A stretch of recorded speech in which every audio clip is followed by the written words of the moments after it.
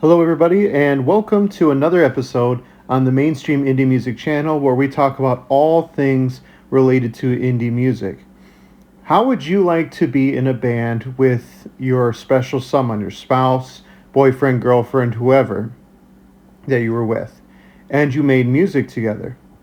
Well, such bands, while not uncommon in the music industry, they don't come up very much. In fact, on this channel, I think the only other band that we have talked about, I think there's only been a couple where we've had people in a relationship in the band. So, very uncommon.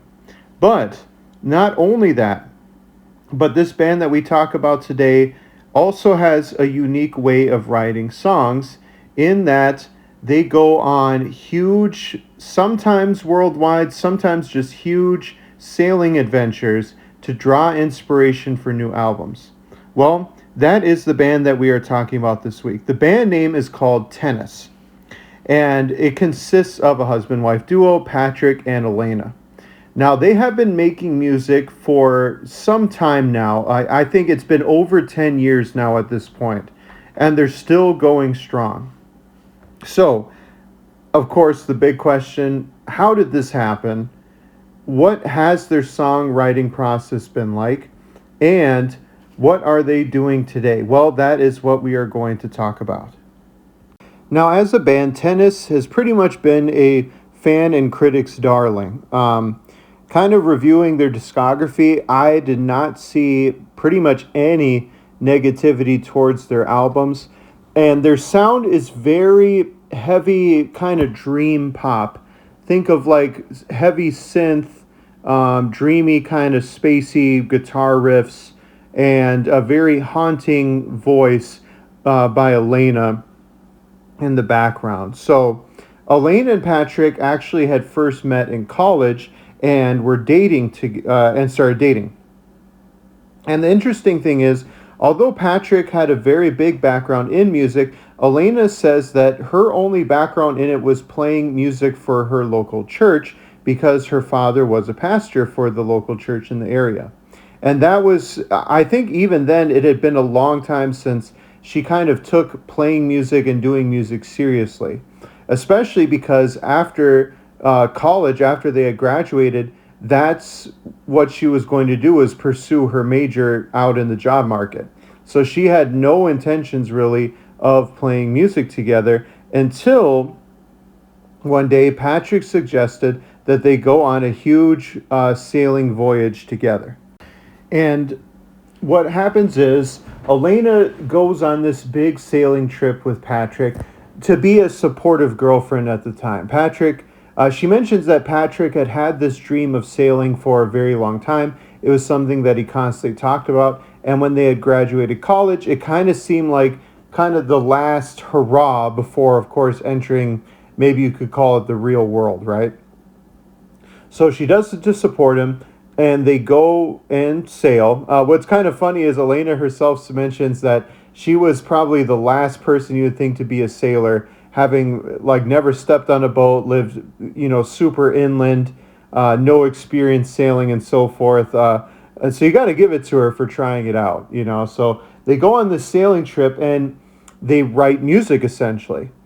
And once again, Patrick kind of talks her into like, these are really good songs. I think that we really got something here, something really special. And even then they take kind of baby steps. They record the music, but then they kind of think, well, this isn't really going to be music to be shared to the general public. This is kind of just something to reminisce on this huge sailing trip that we took. But again, they try it out, they venture it out, and they release their very first album. The very first album was called Cape Dory, and I would say in their career, Tennis has had huge support from NPR especially. I'm not quite sure how they got in contact with them. A little bit later, the only hypothesis that I'm going to talk about is maybe their connection with Patrick Carney, but it kind of remains unclear that I could see how they got that connection. But NPR just absolutely loves them, and they got huge support there. So, of course, they did what every artist did. They went on tour. They were able to kind of play around and get a lot of support for their music, and so much support that Elena eventually left the idea of pursuing her law school career, and they decided to enter into the music industry full time. On their second album, Young and Old, which only came out a few years later, that is how they were noticed by Patrick Carney of the Black Keys.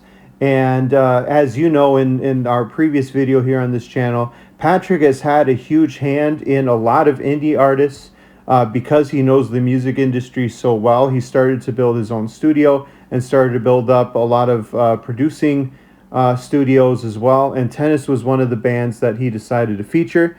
And I think that is really what kind of kept them going in their tours. Because if I were to say if they were mainstream or not, I don't really think they are at all. I would say that Tennis is definitely a very heavy indie band. Not a lot of people know about them. But definitely a band to check out. And pretty much since that moment, between their first and second album, getting recognition from NPR, getting Patrick Carney to be one of their producers, Tennis has pretty much followed the strategy and the life of any other music artists. You know, they release albums, they release new music, maybe they'll do a few covers, they hit the TV circuit. Yes, they have been on several big American talk shows such as Jay Leno and Conan O'Brien several times. They haven't hit like Saturday Night Live or anything like that, but I mean, still, you know, to reach, I think, any of the talk shows is quite an accomplishment in itself. And they keep going even to this day. What's kind of cool to kind of round out the video is they still will follow their own personal formula. Not on every album, but I would say on 2 more albums, they have continued the ritual of going on a huge sailing expedition and then kind of garnering a lot of inspiration for new songs on a new album. Then they'll come back from their sailing expedition and they'll write the music and release it. So that's kind of been a cool winning formula for them. And yeah, to this day, I believe it was either in 2023 or 2024, they released another album again. So even to this day, they are still touring. They are still releasing new music. So they continue going as a band all the way up until now. So that is Tennis, everybody. I hope you enjoyed them. Maybe you've never heard of them before. I definitely recommend you to check out, I would say, Cape Dory to check out. But thank y'all for so much support that we've had on this channel, and I'll see y'all next week.